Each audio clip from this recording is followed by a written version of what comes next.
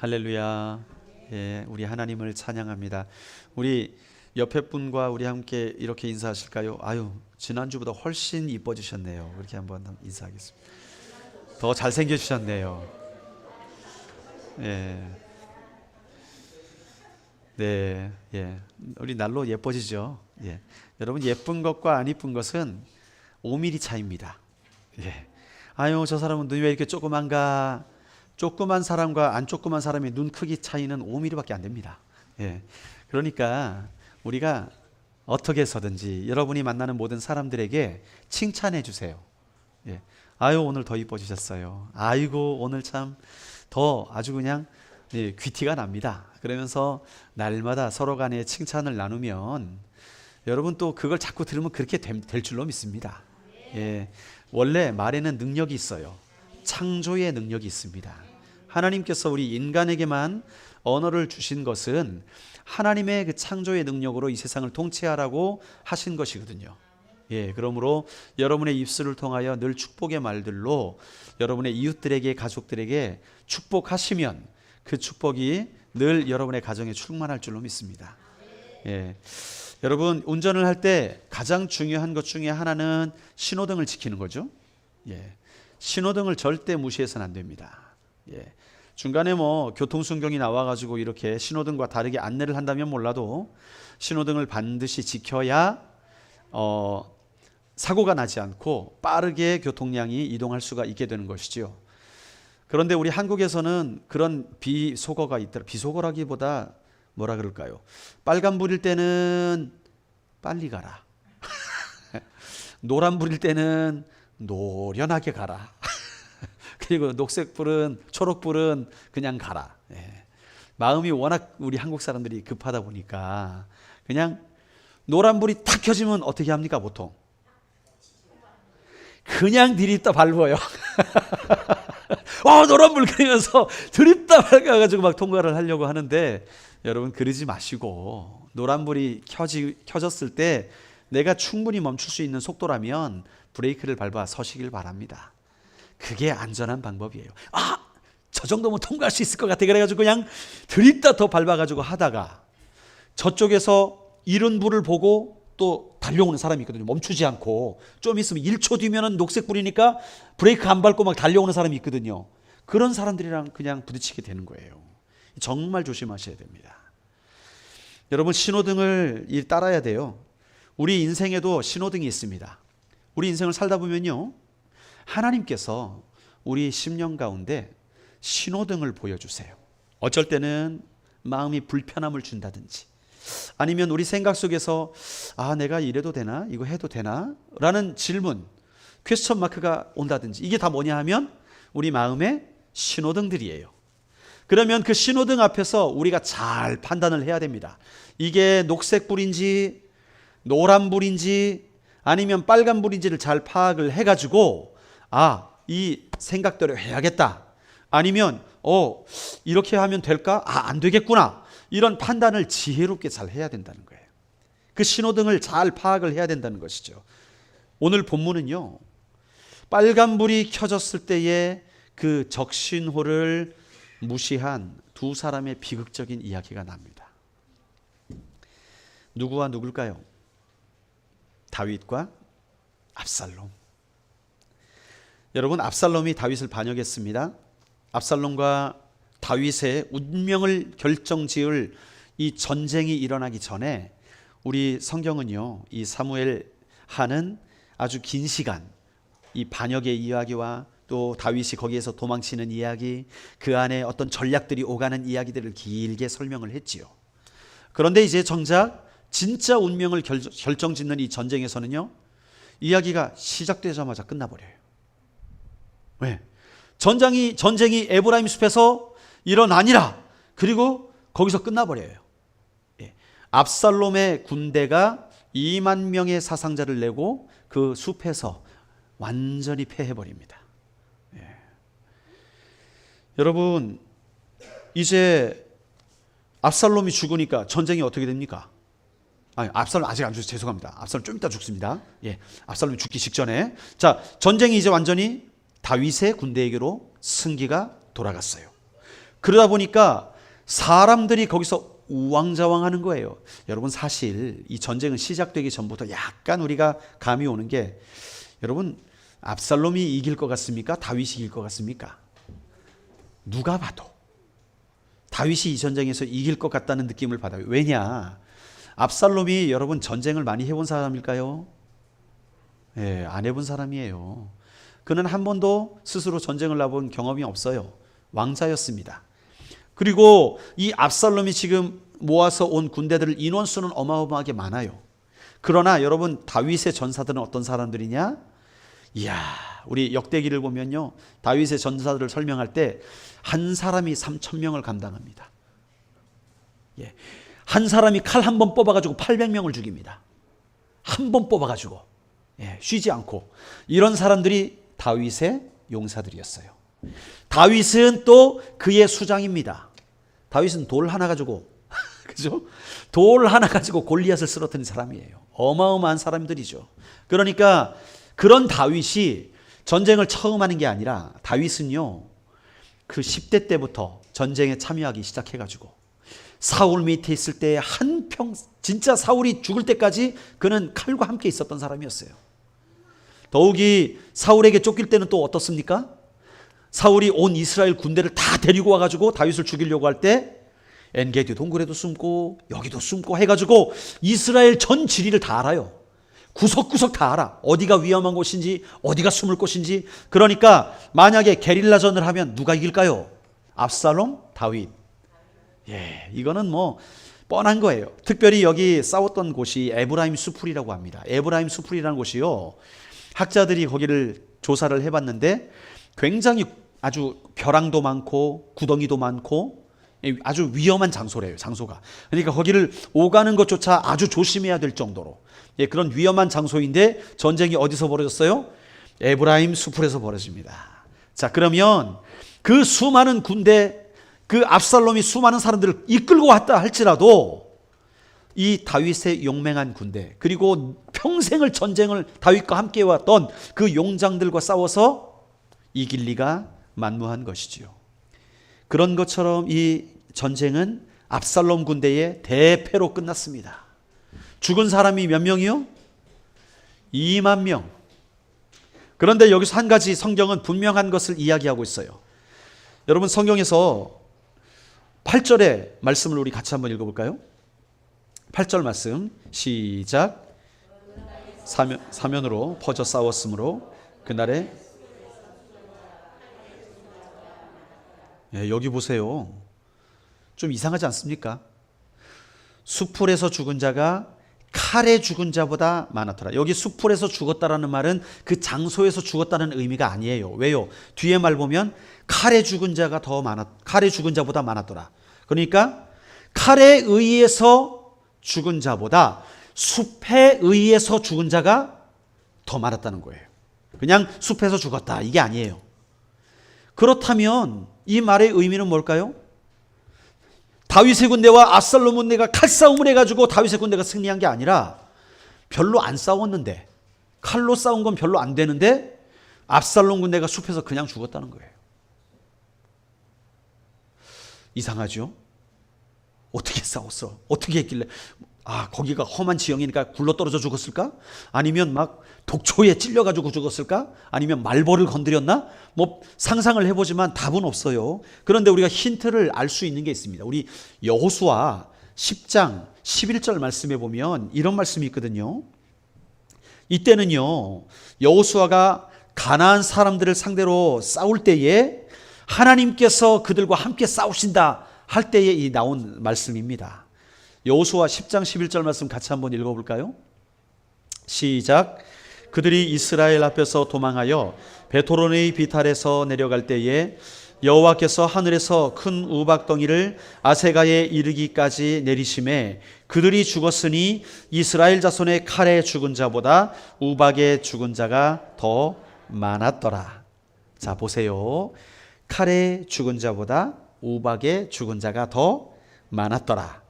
칼에 맞아 죽은 자보다 숲속에서 생명을 잃은 자가 더 많았더라. 어떻습니까? 상황이 같아요. 자, 여호수아에서 우박에 의해 죽었다는 말은 무엇이냐? 하나님이 이스라엘 위해 싸우셨다는 거예요. 하나님이 여호수아 편이 되셨다는 거예요. 여호수아가 강하든 약하든 상관없이 하나님이 그의 편이 되셔서 이기셨다는 거예요. 그렇다면 오늘 수풀에서 죽은 사람이 더 많았다. 이 말은 뭐냐 하면 하나님이 다윗 편이 되셔가지고 압살롬의 군대를 무찌르셨다는 거예요. 이 전쟁은 압살롬이 지기로 결정되어 있던 하나님의 전쟁이었다는 거예요.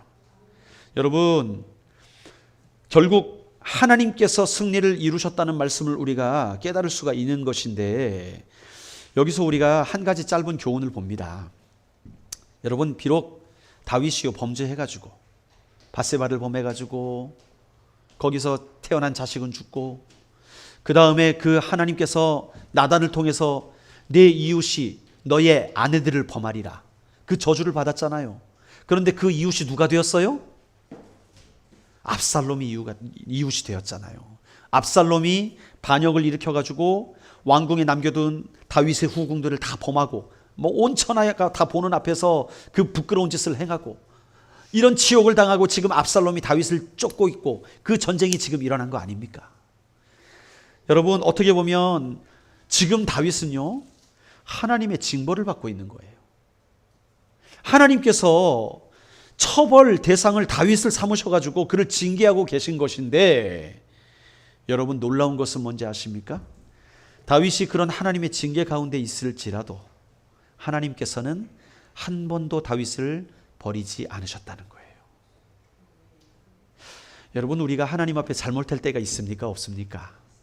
있어요. 어떨 때는 내 욕심대로 하다가 재산도 날리기도 하고, 어쩔 때는 내가 객기를 부리다가 싸움도 일어나기도 하고, 이렇게 우리가 하나님의 사람이지만 우리의 어떤 잘못을 인하여 그 잘못의 대가로 징벌을 받을 때가 있다는 거예요. 그럼에도 불구하고 하나님이 우리를 버리시느냐? 아니라는 거예요. 하나님은 우리가 우리의 죄로 인하여 징벌받는 그 순간에도 우리와 함께 하시고 우리를 여전히 사랑하신다는 것을 오늘 본문을 통해 깨달을 수 있는 거예요. 여러분, 전쟁은 다윗의 승리로 끝났고 이제 반역은 완전히 진압됐어요. 그러나 다윗은 전혀 기쁘지 않습니다. 어떻게 보면 우리의 결말에 보면 이제 이야기가 다 드러나겠지만 다윗은 매우 슬픈 승자가 됩니다. 매우 슬픈 승자가 돼요. 자, 전세가 기울었어요. 이제 이스라엘 사람들이요, 다윗의 군대에게 막 쫓기는 신세가 되고, 이러다 보니까 그를 이끌었던 압살롬도 도망을 가야겠는데, 이거 너무 전세가 갑자기 바뀐 거예요. 이럴 줄 몰랐는데, 그러니까 아무거나 잡아타고 도망가는데, 여러분, 적어도 반역자의 왕이라면 압살롬이 반역자의 왕 아니에요. 그러면 준말을 타야 될 거 아니에요. 예? 뭡니까? 좀 천리마 이런 거, 예? 이런 걸 타야 될 거 아닙니까? 백마를 타든지. 그런데 압살롬이 하도 급해가지고 노새를 타고 도망갑니다. 노새 아시죠? 예, 말과 당나귀 사이에서 난 집 나르는 짐승. 엄청 빠릅니까? 아니에요. 그냥 허벅지도 굵고 엉덩이도 크고 그래가지고 통통통통 가는 거예요. 그런 노새를 타고 막 도망가는데 저쪽에서는 이스라엘의 용장들이 막 쫓아와요. 그러니까 아마 뒤돌아보고 갔던 것 같아요. 그러다 어떻게 합니까? 나뭇가지에 머리카락이 걸려버립니다. 문제는 뭡니까? 저같이 이렇게 머리가 거의 없으면 아무 지장이 없을 텐데, 이 압살롬의 최고의 자랑이 뭐냐 하면 머리거든요. 예. 와, 압살롬 너무 멋있어. 그 멋있었던 이유가 머리였어요. 매달 13kg의 머리, 13kg, 죄송합니다. 2.7kg입니다. 2.7kg의 머리를 잘랐으니 얼마나 많이 자라는 거예요, 머리가. 이스라엘에서는 머리 길고 수염 기르면 멋있는 거거든요. 요즘엔 이게 막 허리 가늘고 이게 위에 이러고 이래야 얼짱인데, 그 당시 머리 길면 얼짱이었습니다. 그러니까 머리 때문에 유명해졌던 압살롬이 지금 그 머리 때문에 나무에 대롱대롱 매달리게 된 거예요. 보십시오. 상상해 보세요. 나귀를 타고 막 하는데 뒤돌아보고 가다가 상수리 나무가 낮은 가지가 있었어요. 거기에 머리가 걸리는 것도 모르고 가는데 나귀가 그걸 알까요? 이 노새가? 모르죠. 멈춰야 되는데 어떻게 합니까? 지는 계속 가. 그러니까 이 압살롬 어떻게 됩니까? 나무에 대롱대롱 달리는 거예요. 아마 노새가 최선을 다해 달렸던 것 같아요. 엄청나게 빠른 속도로 노새가 달렸는지 몰라도 노새는 도망가고 이 압살롬만 머리가 대롱대롱 말려. 아마 제 생각에는 그 나무에 걸리게 될 때 뇌에 충격을 받았을 것 같아요. 왜냐하면 그 사실을 보고 요압의 부하가 요압에 가서 보고하고 요압이 다시 올 때까지 그 나무에 계속 매달려 있었거든요. 그러니까 뭔가 충격을 받아가지고 죽진 않았지만 멍하니 있었던 그런 상태 같아요. 자, 요압이 그 보고를 받아요. 압살롬이 지금 나무에 달려 있습니다. 그러니까 압살롬이 야, 너 봤으면 바로 죽였어야지. 왜 지금 나한테 와서 보고하고 있느냐? 만약에 네가 죽이고 왔으면 내가 너한테 은화를 선물했을 것이다. 그러니까 이 부하가 요압 장군님, 저는 다 들었습니다. 다윗 왕께서 압살롬 죽이지 말라고, 너그러이 대해달라고 그렇게 특별히 당신들 세 장군에게 명령한 것을 이스라엘 사람들이 다 들었는데 어떻게 감히 그분을 죽입니까? 죽일 수 없습니다. 은 1000개를 줘도 전 죽일 수 없습니다. 그러니까 요압이 음매 어떻게 들었지? 그랬던 것 같아요. 그러니까 말대꾸도 못하고 나 바쁘다, 빨리 가야겠다 그러면서 그 자리를 피하면서 창 3개를 가지고 압살롬에게 가서 심장을 찌르고, 또 그의 병기든 자들, 쪼수들이죠, 요압의 부하들이 와가지고 압살롬을 그 자리에서 죽입니다. 여러분, 참 이 압살롬이 그 나무에 매달리게 된 것, 그래서 요압의 창에 의해서 심장이 찔려 죽게 된 것, 여러분 이게 요압이 뛰어나서 일어난 일입니까? 아니면 이스라엘 군대가 작전을 짜가지고 노새를 이쪽으로 몰아라, 그러면 이 상수리나무 밑으로 가게 될 것이다, 그러면 이 압살롬이 뒤를 돌아보게 될 것이고 나무까지를 못 보고 머리가 걸리겠지, 그럼 우리가 그때 가서 창으로 찔러 죽이자, 이런 작전을 펼쳤을까요? 아니에요. 지금 압살롬이 그렇게 죽게 된 것은 하나님이 하신 것이었습니다. 수풀에서 2만 명이 죽은 것도, 압살롬이 상수리나무에 달렸다가 도망 못 가고 요압에 의해 죽은 것도 누가 하신 일이에요? 하나님이 하신 것이죠. 여러분, 우리는요, 우리 인생에 모든 일들이 우연이 없다는 걸 아셔야 돼요. 내가 오늘 만나는 사람, 내가 이 사람과 이런 대화를 나누는 것, 그런 모든 것들이 다 하나님의 통치와 섭리 하에 이루어진다는 사실을 기억하시길 바랍니다. 압살롬이 죽었으니까 전쟁할 이유가 있습니까? 이제 이스라엘 군대가 다 집에 돌아갔어요. 압살롬의 군대가 다 흩어져 버렸어요. 아마 흩어지면서 속으로 갈등이 많았겠죠. 야, 큰일 났다, 이제 다윗이 이겼는데 우리 이제 줄 잘못 써가지고 이거 다윗한테 혼나는 거 아니냐, 이런 걱정을 하면서 아마 다 돌아갔을 것 같아요. 그리고 여러분, 이제 그 소식을 다윗에게 전해야 될 거 아닙니까? 그렇죠? 그런데 아히마아스라는 사독의 아들이 와가지고 요압에게, 장군님, 제가 가서 이 기쁜 승전보를 왕에게 전하겠습니다 하니까 요압이 막아요. 안 된다. 제가 생각할 때 요압이 아히마아스를 아꼈어요. 자, 상황이 어때요? 다윗이 압살롬을 만나게 될 때 그를 죽여버려라 했습니까? 아니에요. 부탁한다. 제발 부탁한다.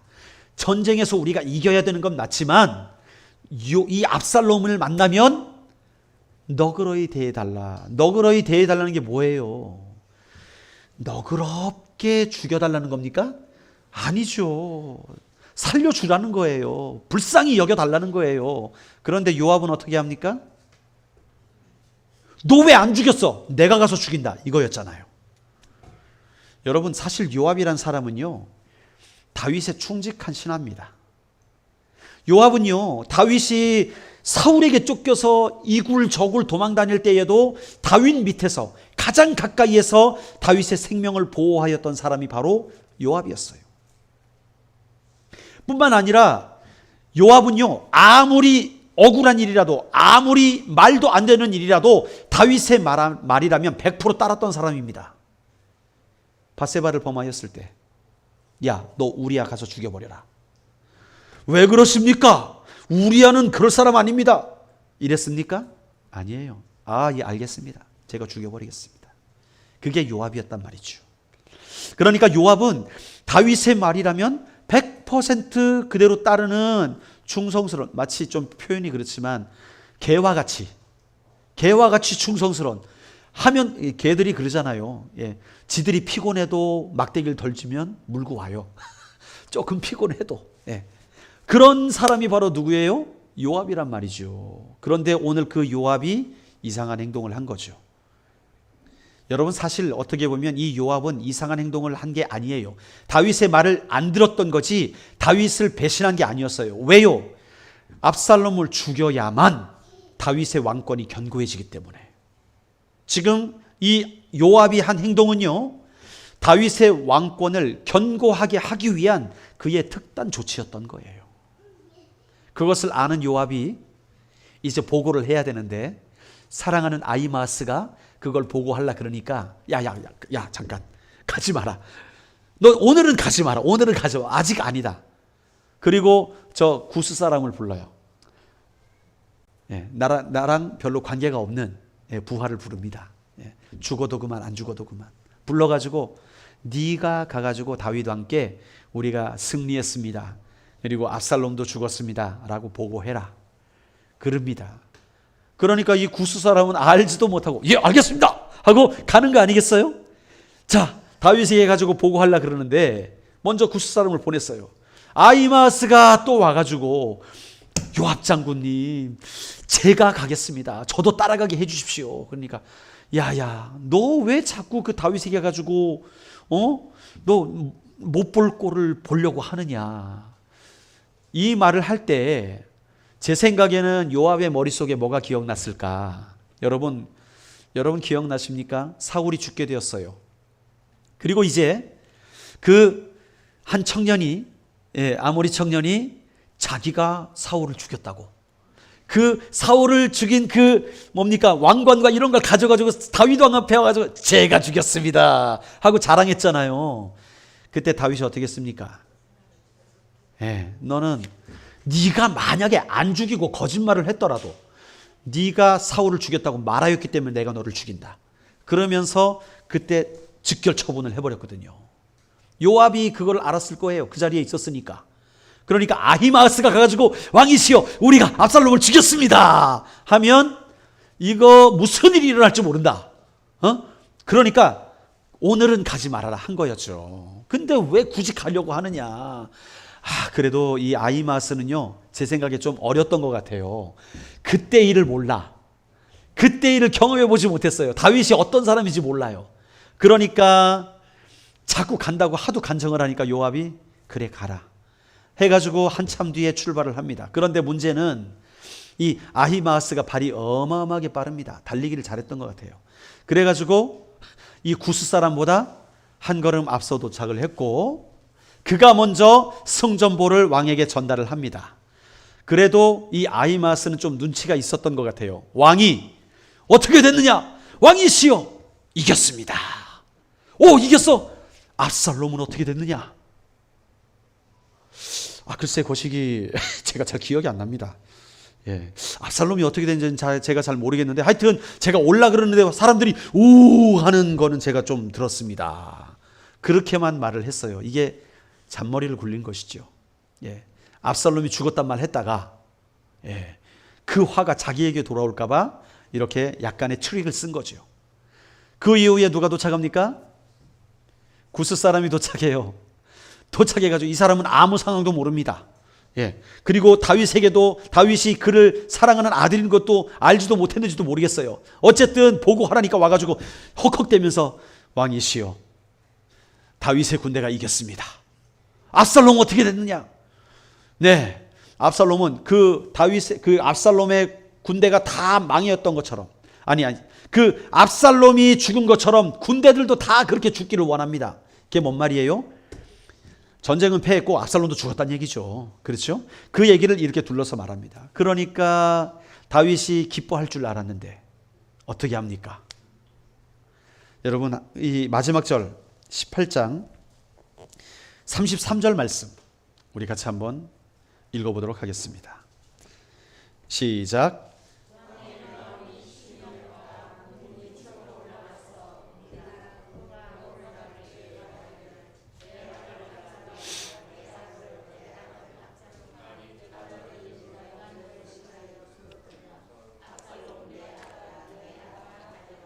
아멘. 다윗은 그 이야기를 듣고 주체할 수 없는 슬픔을 가집니다. 그리고 문 위층으로 올라가 가지고 오열하며 통곡을 하는 거예요. 내 아들아, 내 아들 압살롬아, 내 아들 압살롬아, 차라리 너 대신에 내가 죽었을 것을, 내 아들 압살롬아, 내 아들 압살롬아. 여러분, 성경에서 이렇게 다윗이 말한 문구를 자세하게 어떤 상황을 이야기하는 것을 보셨습니까? 많지 않거든요. 오늘 다윗이 윗문으로 올라가서 아들 때문으로 인하여 매우 슬피 우니라 이렇게 표현해도 되잖아요. 그런데 그렇게 안 하고 어떻게 했어요? 내 아들 압살롬아, 내 아들 압살롬아, 차라리 내가 너를 대신하여 죽었더라면, 압살롬, 내 아들아. 여러분, 이 아들을 부르는 장면이 이렇게 자세하게 묘사된 거 보셨어요? 이게 무슨 말입니까? 왜 성경이 이렇게 정말 디테일하게 다윗의 마음을 꺼내가지고 그것을 마치 우리에게 전시하듯이 이렇게 기록한 이유가 무엇이었을까요? 여러분, 이 다윗의 고백이 가식이 아니었다는 거예요. 이 고백이 진실한 거라는 거예요. 다윗은 그날 상징적으로나마 진짜 이 압살롬 대신에 죽은 거예요. 완전히 가슴이 무너져 내린 겁니다. 아마 다윗은 더 이상 살아갈 가치를 못 느꼈을지도 모르겠어요. 여러분, 혹시 우리 가운데 자녀가 먼저 하나님 품에 간 경험을 하신 분이 있을지 없을지 모르겠어요. 그런데 그런 경험을 하신 분들의 고백이 자식이 그렇게 되는 순간,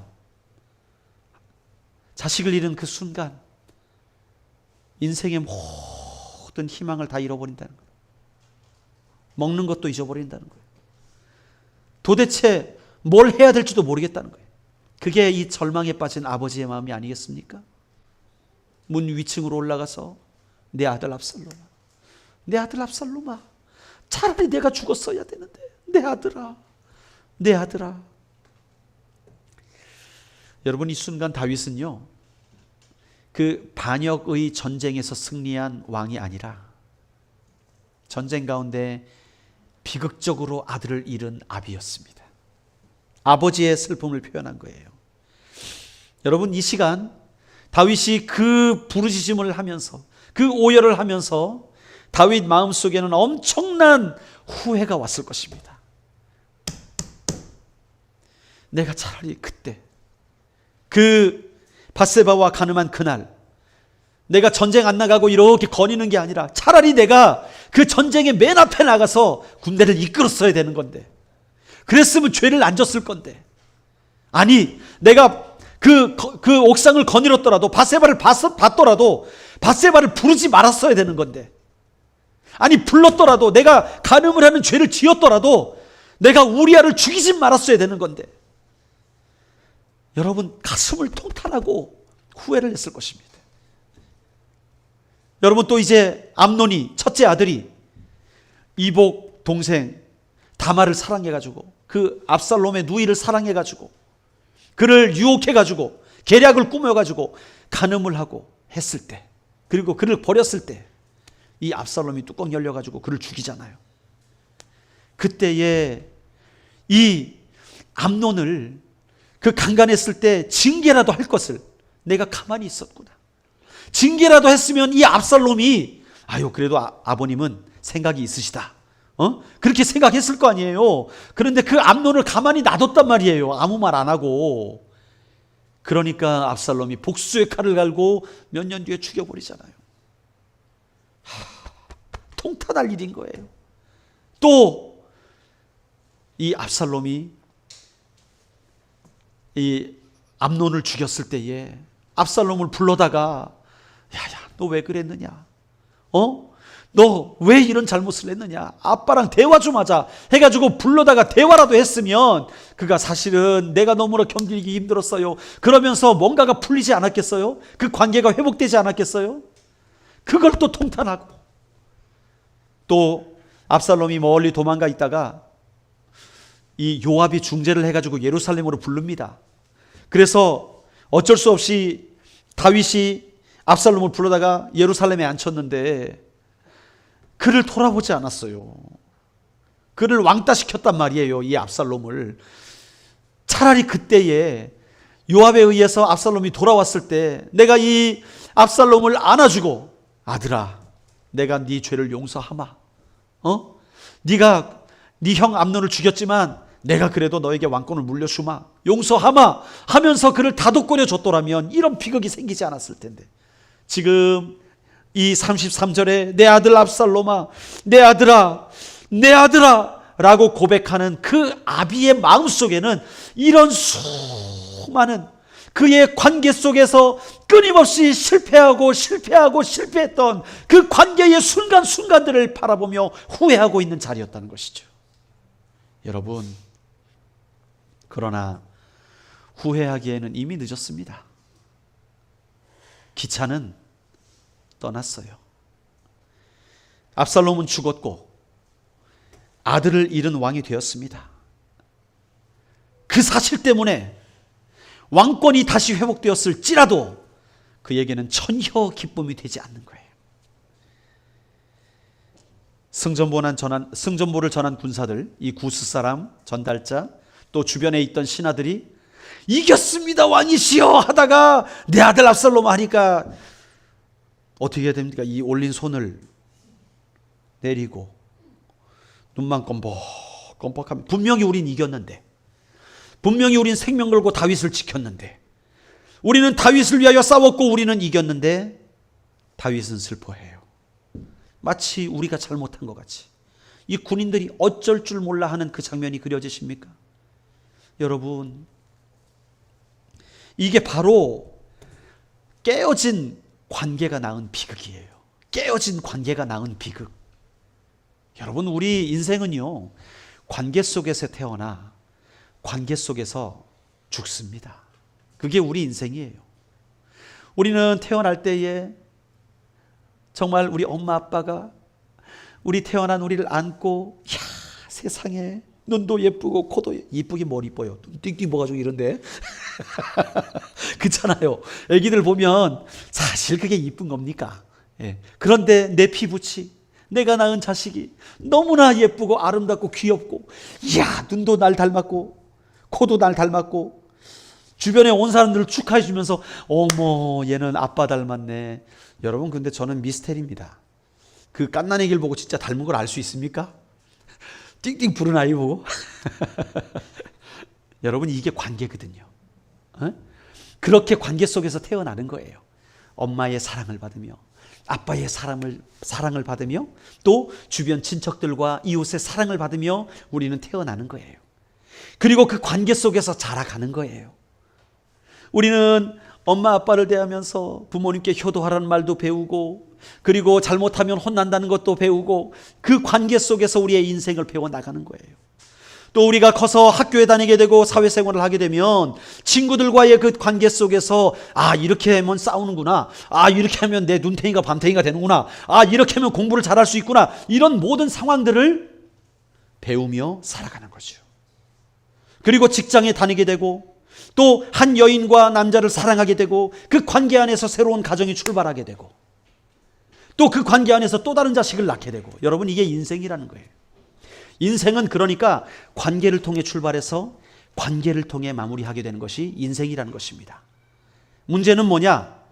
어떤 사람들은 이 관계를 잘 유지해서 아름답게 유지해서 그의 인생 가운데 행복과 기쁨을 맛보는 사람이 있는가 하면, 어떤 사람들은 이 관계가 어그러져서 이거를 어떻게 풀어야 될지 몰라서 오늘 다윗처럼 내 아들아, 내 아들아, 차라리 내가 그랬으면, 차라리 내가 그럴 것을 후회하는 인생으로 살아가는 사람도 있더라는 것이죠. 여러분, 깨어진 관계는 우리의 인생을 비극으로 만드는 거예요. 여러분, 사실 이 비극은요, 아담이 하와와 함께 범죄하였을 그때부터 출발했습니다. 그때부터 이 깨어진 관계의 비극이 시작된 거예요. 인간이요, 하나님이 얼마나 그 하나님 관계 안에서 행복하게 살도록 하셨습니까? 야, 너는 날마다 나와 교제하자. 에덴 동산 다 너한테 줄게. 너 일하지 않아도 되고 뭐든지 따먹어도 돼. 뭐든지 다 해도 돼. 네가 원하는 대로 동물들도 다 다스리고 네 마음대로 해라. 다만 한 가지만 안 하면 돼. 선악을 알게 하는 그 실과만 따먹지 않으면 네 원하는 대로 다 해도 된단다. 이게 하나님과의 관계 안에서 이루어진 최초의 언약 사건이었어요. 그러면 인간은 그 관계를 잘 유지만 하면 되는 거예요. 여러분, 이 관계를, 하나님과의 관계를 유지하는 게 어마어마하게 어렵죠.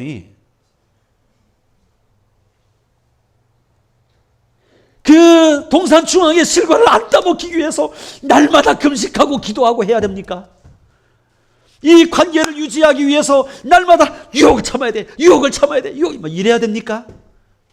아니거든요. 하나님과 관계를 유지하는 것이 그리 어려운 것이 아님에도 불구하고 그 교만의 죄 때문에, 사탄의 그 한마디 말 때문에, 야, 너 그거 따먹으면 하나님처럼 될 수 있거든, 그 말 때문에 하나님과의 관계가 끊어져 버린 거예요. 여러분, 우리는요, 우리 인생 가운데 해도 될 말이 있고 해서는 안 될 말이 있다는 사실을 기억하시길 바랍니다. 무엇 때문에? 관계 때문에.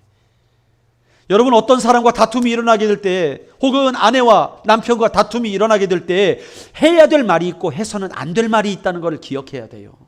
제가 한번 말씀드린 적이 있죠. 예. 저희 아내와 신혼 때 첫날 밤 하면 왠지 부끄러워요. 예. 저는 첫날 밤 핀만 1시간을 뽑았습니다.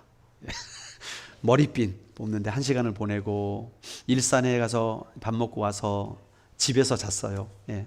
그 자취방이었던 그 집에서 잤는데, 그때 아내와 약속을 했어요. 우리 오늘부터 이제 결혼 생활이 시작되는데 어떤 안 좋은 일이 있어도, 부부싸움을 해도 우리 잠자리는 옮기지 말자. 예. 잠을 한 자리에서 같이 자자라는 약속을 했어요. 그리고 또 어떠한 어려움이 있어도 우리 입술을 지키자. 극단적인 말은 하지 말자. 극단적인 말이 뭐겠습니까? 예? 당장 헤어져, 이거 아니겠어요, 그죠? 예? 당장 헤어져, 예? 짐 싸, 도장 찍어, 이거 아니겠습니까? 이게 극단적인 말이에요. 부부관계에 있어서 끝내자는 거잖아요. 어떠한 상황 속에서도 아무리 기분 나빠도 극단적인 말은 하지 말자, 이 약속을 했어요.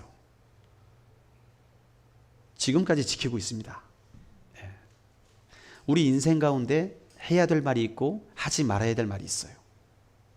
하지 말아야 될 말은 어떤 말이냐? 따라합시다. 관계를 깨뜨리는 말. 예, 이 말은 해야 된다고요? 하지 말아야 된다고요? 하지 말아야 됩니다. 여러분, 관계를 세우는 말을 해야지 관계를 깨뜨리는 말은 절대로 해서는 안 되는 거예요. 왜요? 인생의 행복이 어디 달렸느냐? 관계에 달렸어요. 관계에. 자, 성경은 말합니다. 예수님께서 제자들에게 말씀하세요. 어떤 사람이 와가지고, 아유, 우리가 어떻게 살아야 됩니까? 니고데모가 물은 거죠. 그러니까 예수님이 계명을 지켜라. 계명이요? 저 다 지켰는데요. 아, 그래? 그러면 네가 가진 물건을 다 이웃들에게 나눠줘라. 그런 다음에 나를 따라라. 그러니까 청년이 근심하며 떠나갔다. 예. 내가 최선을 다했지만 재산 나눠주는 것은 아니라는 거죠. 이게 청년의 생각이었습니다. 그리고 예수님께서 제자들에게 가르치시죠. 율법과 선지자의 강령이 있다. 그게 뭐냐 하면, 첫 번째는 하나님을 마음을 다해 뜻을 다해 온 마음을 다해 사랑하고, 두 번째는 내 이웃을 내 몸과 같이 사랑하라. 하나님을 뜨겁게 사랑하고 이웃을 사랑하라. 누구처럼? 나처럼. 내가 나를 아끼는 것처럼 사랑하라. 그게 우리 인간 생에 있어서 가장 중요한 강령이라는 거예요. 다시 말해서 관계예요, 관계. 우리 인생의 가장 중요한 것은 하나님과의 관계가 바로 서고 이웃과의 관계가 바로 서는 것.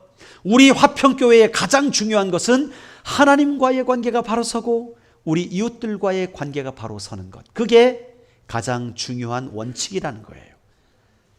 오늘 다윗은 그 관계가 깨어져서 내 아들아 가슴을 치고 통탄하지만, 여러분 이게 회복이 됩니까?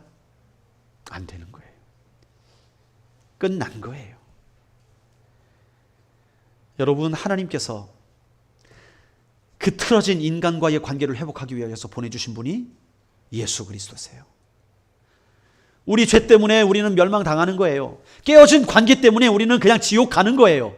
그게 정의입니다. 그런데 주님이 우리를 사랑하셔서 그 관계 회복을 위해 예수 그리스도를 보내주셨습니다. 그리고 그 관계 회복을 위해 우리의 죄의 대가를 우리 주님에게, 예수님에게 다 짊어주셔가지고 십자가에 달려 죽으시게 하신 거예요.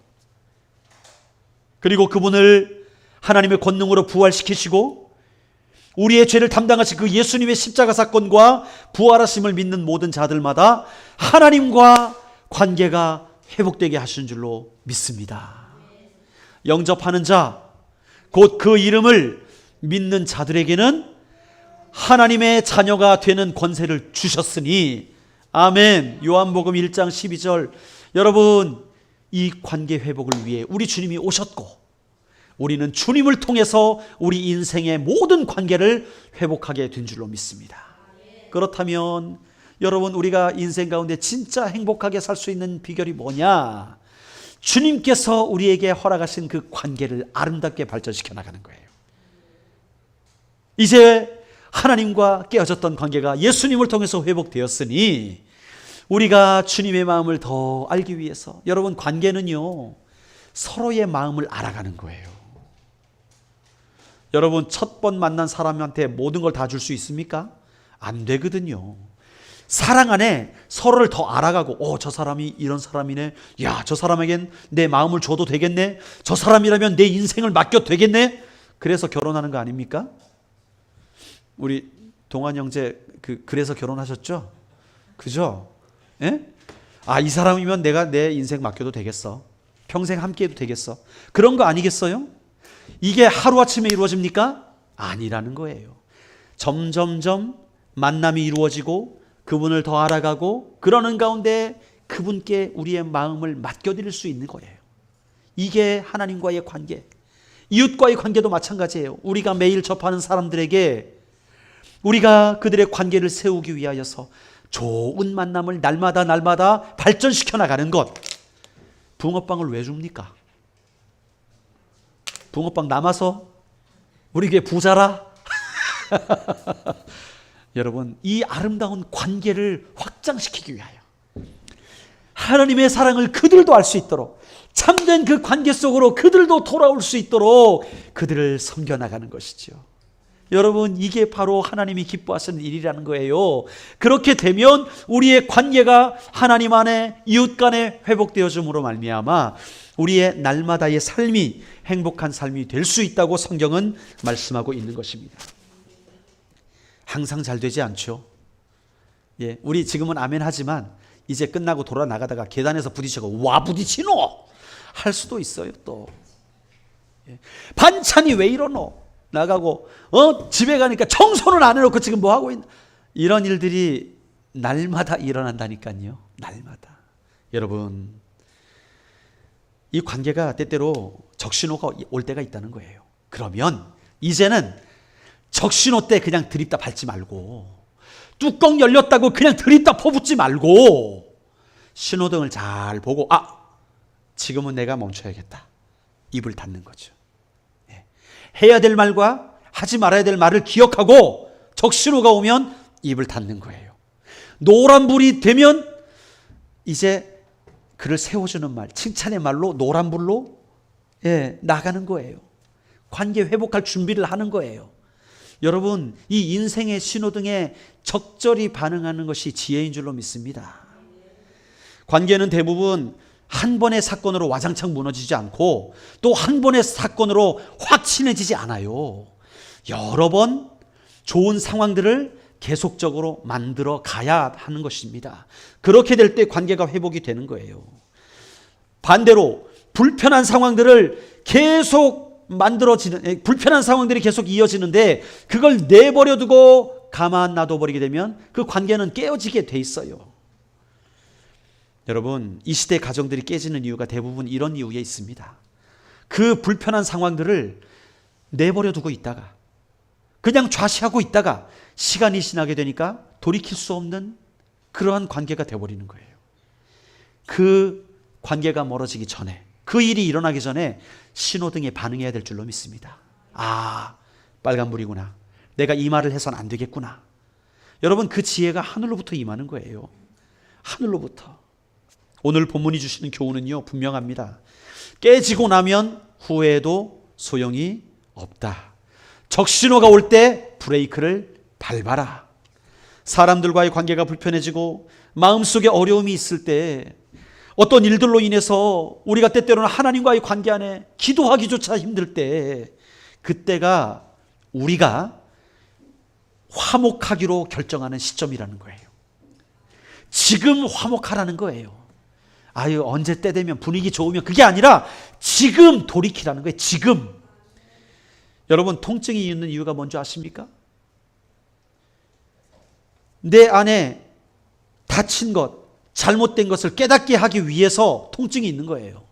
만약에 통증이 없으면 어떨까요? 훅 갑니다. 훅 가요. 여러분, 통증이 있을 때, 우리 인생에 아픈 일들이 일어나게 될 때, 아하, 이것이 신호등이구나.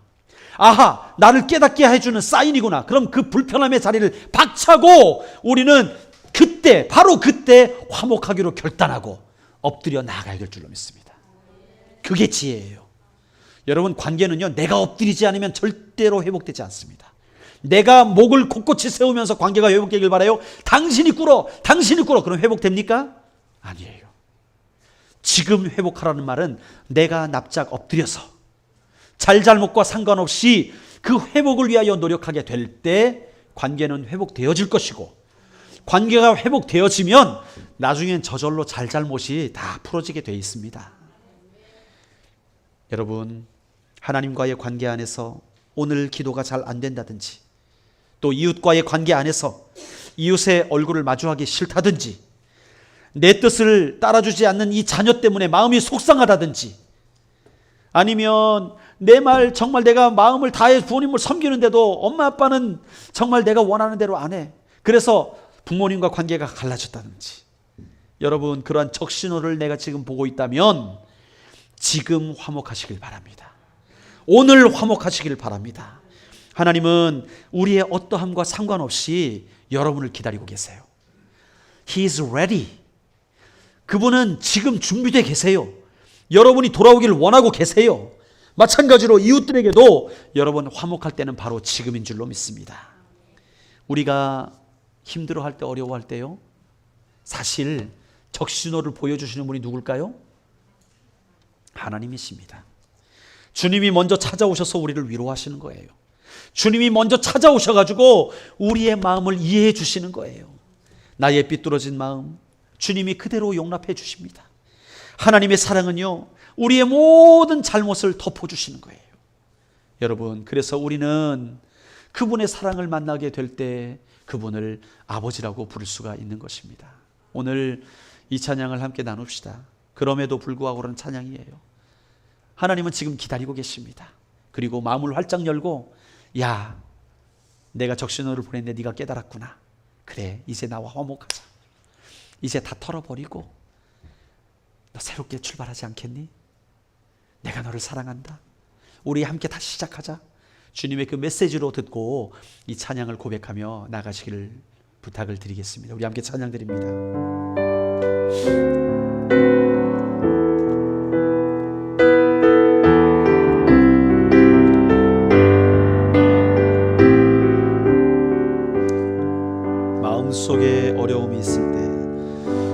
마음속에 어려움이 있을 때,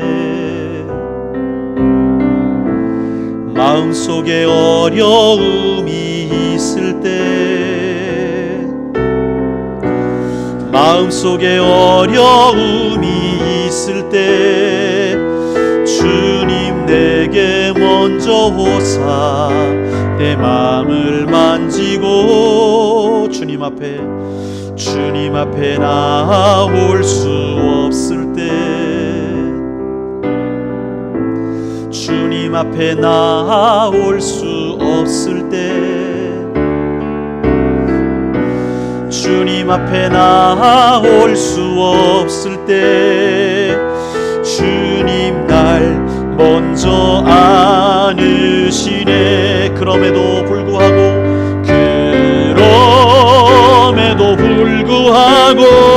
날 사랑하시는 내 하나님의 사랑은 나의 모든 걸 덮고, 그럼에도 불구하고 날 안아주시는 내 하나님을 부를 때 아버지라 부르죠. 마음속에 어려움이 있을 때, 마음속에 어려움이 있을 때, 마음속에 어려움이 있을 때 주님 내게 먼저 오사 내 마음을 만지고, 주님 앞에 나올 수 없을 때, 주님 앞에 나올 수 없을 때, 주님 앞에 나올 수 없을 때 주님 날 먼저 안으시네. 그럼에도 불구하고 날 사랑하시는 내 하나님의 사랑은 나의 모든 걸 덮고, 그럼에도 불구하고 날 안아주시는 내 하나님을 부를 때 아버지라 그럼에도 불구하고 날 사랑하시는 내 하나님의 사랑은 나의 모든 걸 덮고, 그럼에도 불구하고 날 안아주시는 내 하나님을 부를 때 아버지라 부르죠. 우리 시간 눈을 감겠습니다. 내 아들아, 내 아들아, 차라리 내가 너를 대신하여 죽었더라면, 내 아들아, 내 아들아. 여러분, 하나님이 그래서 예수님을 보내셔서 예수님이 우리를 대신하여 죽으셨습니다. 여러분, 우리가 이 시간 하나님께 기도하고 하나님께 나아갈 수 있는 길을 얻게 된 것은 주님의 그 한없으신 놀라우신 사랑 때문인 줄로 믿습니다. 그 예수님의 놀라운 희생 때문인 줄로 믿습니다. 우리의 어떠함에도 불구하고, 우리의 무지함에도 불구하고, 또 우리의 끊임없이 주님을 반역하는 그 반역에도 불구하고 하나님은 나를 먼저 찾아오셨고 나의 죄를 용서하셨고 나를 위로하시는 분이신 줄로 믿습니다. 오늘 이 시간 하나님, 내가 그 주님의 관계 아래 살아가기를 원한다고 고백하며 나가십시다. 이제 주님의 그 크신 더 큰 사랑 안에 살아가기를 원한다고 고백합시다. 그리고 우리의 이웃들과도, 나의 사랑하는 아내, 나의 자녀, 또 옆집 우리의 이웃들과도 하나님, 이제 하나님께서 허락하신 더 아름다운 관계를 세우기 위하여서 지금부터 화목하기로 결정하는 그런 인생 되기를 원합니다 라고 우리 함께 합심으로 기도하며 나아가시겠습니다. 기도하겠습니다. 하나님 아버지 감사드립니다. 하나님 아버지, 하나님께서 허락하신 그 관계 안에 하나님, 내가 이제 주님과 온전히 화목된 삶을 살아가기를 원합니다. 예수님이 그 화목의 대가를 지시고, 내 아들아 내 아들아, 차라리 내가 너를 위하여 죽었더라면, 차라리 내가 너를 위하여 죽었더라면, 그 마음을 우리에게 부어주시려고 예수 그리스도를 우리에게 허락하셨는데, 하나님 아버지, 이제 우리가 이 관계를 회복하기를 원합니다. 하나님과의 관계가 회복되어지기를 원하고, 우리의 이웃들 관계가 온전히 회복되어지기를 원합니다. 이제 더 가까이 주님을 향하고, 더 가까이 이웃을 향하여 나가는 자를 되게 하여 주시기를 원합니다. 우리 마음의 모든 하나님께 나아가는데 방해되는 모든 것들을 주님 앞에 내어놓습니다. 그리고 이제 오늘부터 나의 이웃들에게, 마음이 상한 자에게 내가 다가가서 먼저 손을 내밀고, 먼저 엎드리고, 먼저 용서를 구하며, 먼저 화목을 구하는 그런 삶을 살 수 있도록 우리를 인도하여 주시옵소서. 하나님 아버지의 용서함 없이, 또 내가 이웃을 용서함 없이 어떻게 화목할 수가 있겠습니까? 오늘 이 시간 우리를 주님의 그 사랑으로 덮으시사 하나님과의 그 완전한 관계 속에, 또 이웃과의 완전한 관계 속으로 우리를 인도하여 주시옵소서. 하나님 아버지, 우리의 삶의 행복의 키는 이 관계라고 말씀하셨는데, 하나님, 주님과의 관계가 온전히 회복되어지기를 원합니다. 그리고 우리의 이웃들과의 관계도 온전하여지기를 원합니다. 하나님, 우리가 잘못될 때마다 우리의 심령에 하나님께서 적신호를 보여주시어서, 하나님, 그 적신호를 보고 우리가 즉시 깨닫고 돌이켜서 지금 화목할 수 있는 주의 백성 되게 하여 주시옵소서. 예수 그리스도의 이름으로 기도드리옵나이다. 아멘. 다음